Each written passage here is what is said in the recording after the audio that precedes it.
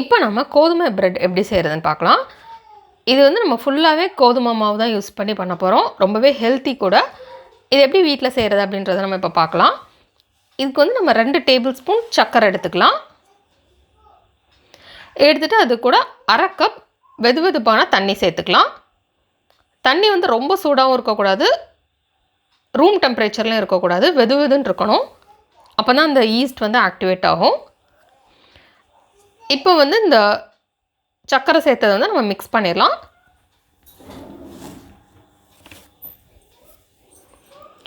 இது ஃபுல்லாக கரையணும் அப்படின்லாம் தேவையில்லை. நம்ம இதை மிக்ஸ் பண்ணி விட்டுட்டு அதுக்கப்புறம் இது கூட 2 டீஸ்பூன் ஈஸ்ட் சேர்த்துடலாம். இதில் வந்து நம்ம இன்ஸ்டன்ட் ட்ரை ஈஸ்ட்னாலும் சேர்க்கலாம், இல்லைனா நம்ம நார்மலாக சேர்க்கக்கூடிய அந்த ஈஸ்ட் சேர்த்துக்கலாம். எது சேர்த்தாலும் நம்ம இந்த மாதிரி செஞ்சாலே கரெக்டாக வந்துடும். நான் வந்து இதில் இன்ஸ்டன்ட் ட்ரை ஈஸ்ட் சேர்க்குறேன். இதில் வந்து நம்ம 2 டீஸ்பூன் சேர்த்துடலாம்.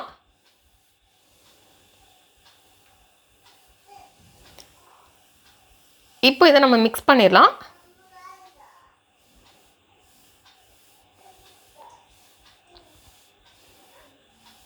இதை மிக்ஸ் பண்ணிவிட்டு நம்ம 10 நிமிஷம் மூடி வச்சிடலாம் ஒரு பிளேட்டை வச்சு.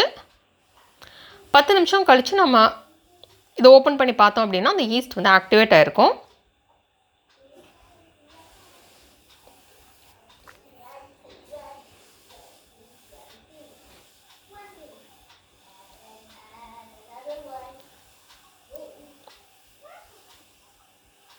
இப்போ நான் இதை க்ளோஸ் பண்ணி வச்சுட்டேன். இப்போ 10 நிமிஷம் ஆயிடுச்சு. இப்போ நம்ம ஓப்பன் பண்ணி பார்த்துடலாம். இப்போ பார்த்திங்கன்னா ஈஸ்ட் ஆக்டிவேட் ஆகிடுச்சு. இந்த மாதிரி ரைஸ் ஆகி வந்திருக்கும்.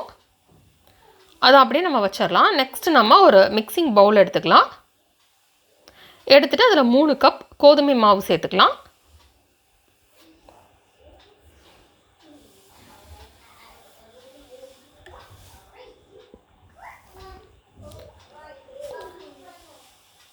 நெக்ஸ்ட் இதில் 1 டீஸ்பூன் உப்பு சேர்த்துக்கலாம்.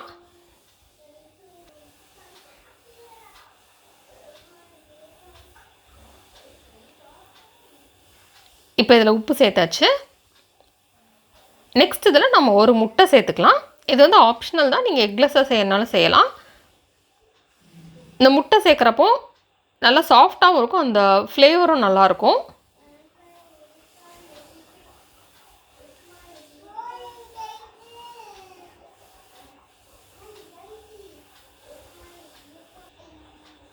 இப்போ இதை மிக்ஸ் பண்ணிடலாம்.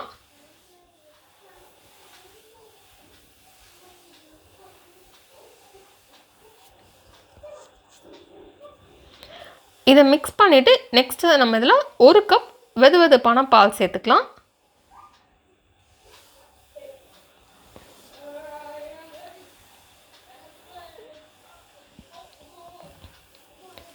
இப்போ இது எல்லாத்தையுமே நல்லா மிக்ஸ் பண்ணிடலாம்.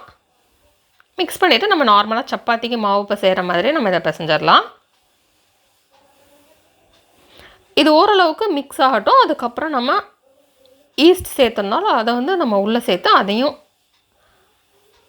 சேர்த்து பிசைஞ்சிடலாம். நீங்கள் இந்த அளவு சேர்த்தாலே கரெக்டாக இருக்கும். இதுக்கு எக்ஸ்ட்ரா தண்ணியோ பாலோ எதுவுமே. இப்போ இதில் நம்ம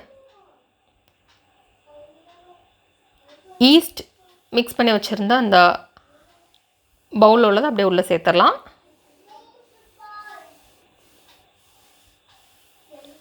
இப்போ இது எல்லாத்தையுமே சேர்த்து நம்ம பிசைஞ்சிடலாம்.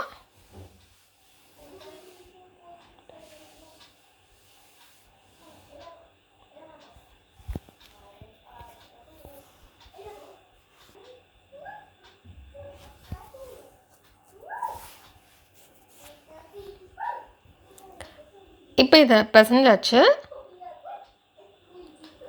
நெக்ஸ்ட் இதில் நாம் 3 டேபிள் ஸ்பூன் நெய் சேர்த்துடலாம்.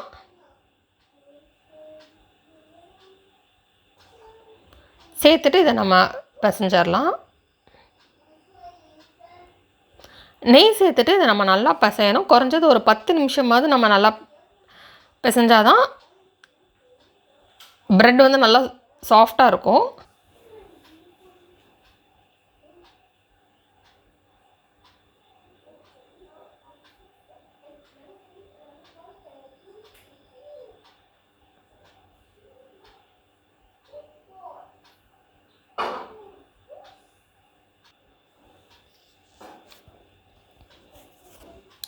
இப்போ இதை நல்லா நம்ம பிசைஞ்சிடலாம்.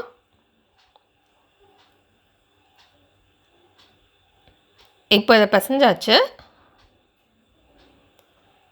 இப்போ இதை அப்படியே எடுத்து நம்ம இன்னொரு பவுலில் மாற்றிடலாம். இன்னொரு பவுல் வந்து நம்ம ஆயிலெல்லாம் நெய் வச்சு க்ரீஸ் பண்ணிடலாம்.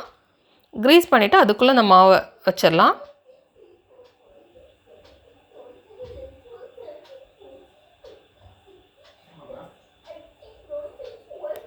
இப்போ இதுக்குள்ளே வச்சுட்டு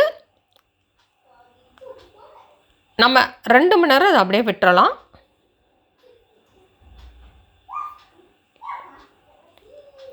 இந்த மாவை உள்ளே சேர்த்துட்டு நம்ம மேலே மட்டும் நெய் தடவி வச்சிடலாம். இல்லைனா எண்ணெய் தடவினாலும் வச்சிடலாம். எண்ணெய் நீங்கள் யூஸ் பண்ணுறதா இருந்தால் ஃப்ளேவர் இல்லாத ஆயில் யூஸ் பண்ணிக்கலாம். இந்த மாதிரி நம்ம மேலே மட்டும் நெய் சேர்த்து இந்த மாதிரி தடவிட்டு நம்ம இதை க்ளோஸ் பண்ணி வச்சிடலாம். பிளாஸ்டிக் ரேப் இருந்தது அப்படின்னா நீங்கள் அதை வச்சு க்ளோஸ் பண்ணிடலாம். இல்லைனா ஈர துணியை வந்து நம்ம மேலே வச்சு க்ளோஸ் பண்ணிடலாம். க்ளோஸ் பண்ணிவிட்டு நம்ம 2 மணி நேரம் அப்படியே விட்டுறலாம். நம்ம 2 மணி நேரம் கழித்து வந்து பார்க்குறப்போ இது நல்லா ரைஸ் ஆகிருக்கும்.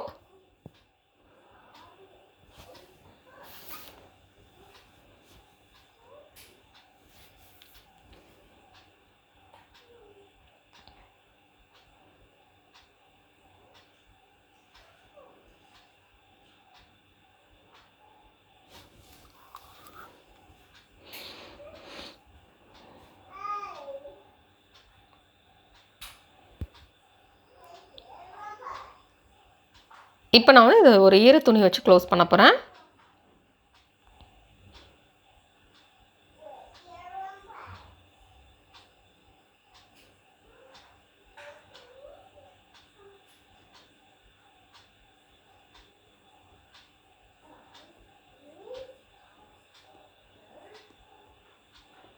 இப்போ இது ஈர துணி வச்சு க்ளோஸ் பண்ணிடலாம். க்ளோஸ் பண்ணிவிட்டு இதை அப்படியே வச்சிடலாம்.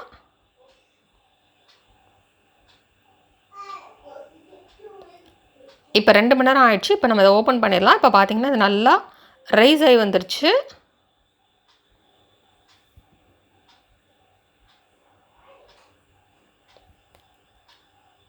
இப்போ இதை நல்லா அப்படி மிக்ஸ் பண்ணி விட்டலாம்.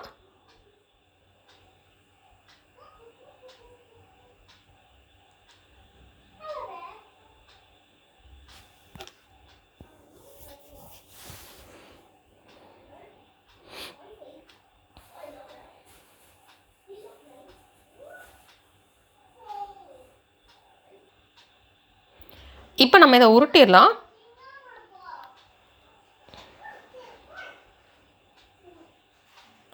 இந்த மாவை நல்லா உருட்டிட்டு இதை வந்து நல்லா இப்படி விரிச்சிடலாம். சப்பாத்திக்கு நம்ம நார்மலாக விரிக்கிற மாதிரி இதை விரிச்சிடலாம். விரிச்சிட்டு இந்த மாதிரி ஃபோல்ட் பண்ணிடலாம்.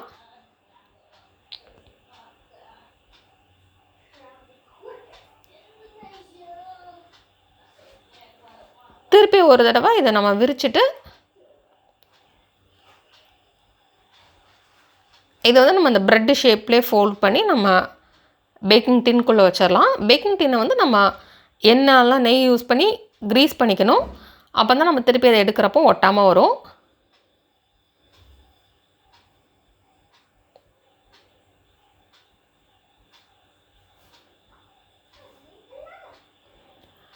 இதை வந்து நம்ம இந்த உருட்டுறப்போ இதை வந்து நீங்கள் பிளேட்டில் வச்சு நீங்கள் உருட்டுறதா இருந்தால் பிளேட்டில் நெய் தடவிக்கோங்க, அல்ல எண்ணெய் தடவிக்கோங்க. அப்போ தான் அது ஒட்டாமல் வரும். இப்போ இந்த மாதிரி நம்ம ப்ரெட் ஷேப்பில் மடிச்சிடலாம். மடிச்சுட்டு இப்போ நம்ம பேக்கிங் டின்குள்ளே வச்சிடலாம்.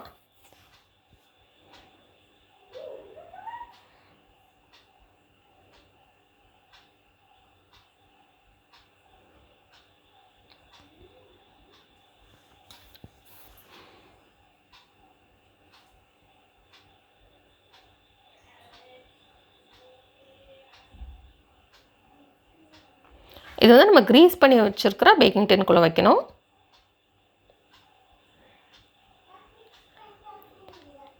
எப்போவுமே கொஞ்சம் பெரிய சைஸாக இருக்கக்கூடிய டின் எடுத்துக்கோங்க. ஏன்னா இப்போ வந்து நம்ம வச்சு நம்ம திருப்பி க்ளோஸ் பண்ணி வைக்கிறப்போ மாவு திருப்பி ரைஸ் ஆகும்.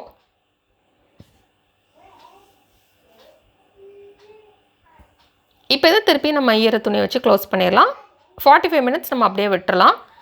இப்போ 45 நிமிஷம் ஆயிடுச்சு. இப்போ நம்ம திருப்பி இதை எடுத்துடலாம். இப்போ திருப்பியும் அது நல்லா ரைஸ் ஆகிருக்கும்.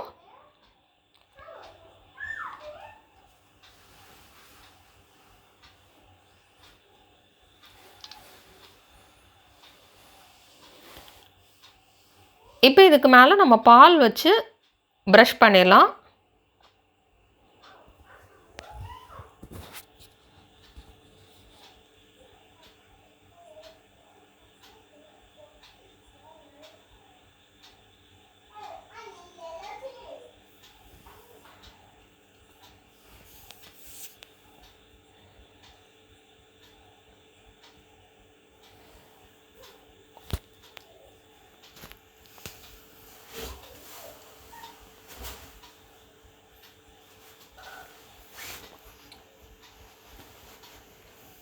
ப்ரஷ் பண்ணிவிட்டு இதுக்கு மேலே வெள்ளை எள்ளு சேர்த்துடலாம்.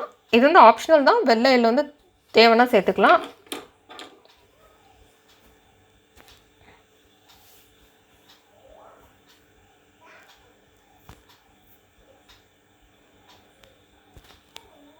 இப்போ நம்ம அவனை ப்ரீஹீட் பண்ணிடலாம். 180 டிகிரிஸில் வச்சு 10 நிமிஷம் ப்ரீஹீட் பண்ணிடலாம். ப்ரீஹீட் ஆனதுக்கப்புறம் இந்த பேக்கிங் டின்னை உள்ளே வச்சுட்டு 180 டிகிரிஸில் 35 மினிட்ஸ் பேக் பண்ணிடலாம்.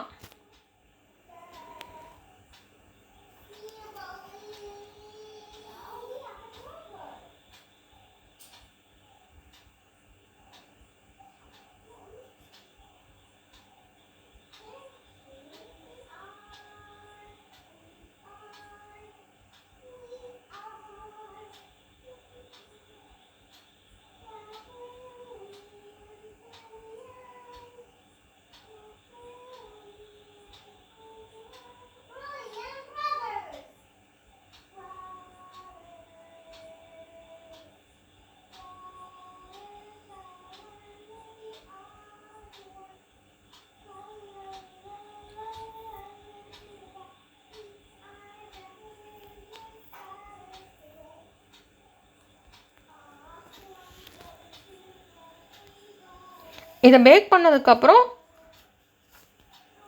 அது சூடாக இருக்கும்போதே மேலே வந்து நம்ம கீ வச்சு ப்ரஷ் பண்ணிடலாம். நெய் எல்லாம் பட்டர் எதுனாலும் சேர்த்துக்கலாம். சேர்த்துட்டு அது சூடோடு இருக்கிறப்பே நம்ம மேலே அப்ளை பண்ணிட்டா தான் அது நல்லா ஒரு மேலே உள்ள லேயர் வந்து நல்லா ஷைனிங்காக இருக்கும்.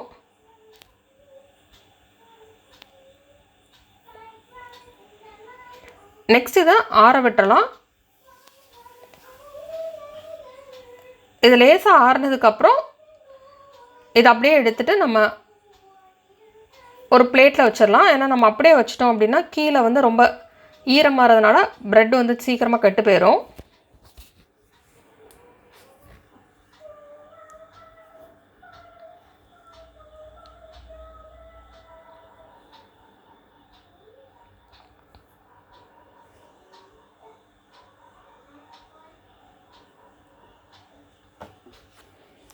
இப்போ இது அப்படியே ஒரு பிளேட்டில் வந்துடுச்சு. நம்ம க்ரீஸ் பண்ண டின் யூஸ் பண்ணனால ரொம்பவே ஈஸியாக வந்துடும். இப்போ நம்ம இதை ஆற விட்டுறலாம். இது நல்லா ஆறட்டும். ஒரு 10லேருந்து 15 நிமிஷம் ஆறுனதுக்கப்புறம் நம்ம சின்ன சின்ன ஸ்லைஸாக கட் பண்ணிடலாம். இப்போ நமக்கு சுவையான கோதுமை பிரெட் ரெடி ஆயிடுச்சு. இந்த ரெசிபி நீங்கள் வீட்டில் ட்ரை பண்ணி பாருங்கள். இந்த ரெசிபி உங்களுக்கு பிடிச்சிருந்தா லைக் பட்டன் கிளிக் பண்ணுங்கள். உங்கள் ஃப்ரெண்ட்ஸோட இந்த வீடியோ ஷேர் பண்ணுங்கள். மறக்காம இந்த சேனலுக்கு சப்ஸ்கிரைப் பண்ணிவிட்டு பக்கத்தில் இருக்கிற பெல் ஐக்கானை ப்ரெஸ் பண்ணிக்கோங்க. இந்த ரெசிபி ட்ரை பண்ணிட்டு எப்படி வந்திருக்கு அப்படின்றது கீழே உள்ள கமெண்ட்ஸ் பாக்ஸில் மறக்காம சொல்லுங்கள். தொடர்ந்து இந்த சேனலோட இணைந்திருங்கள் புதிய புதிய ரெசிபிகளுக்காக.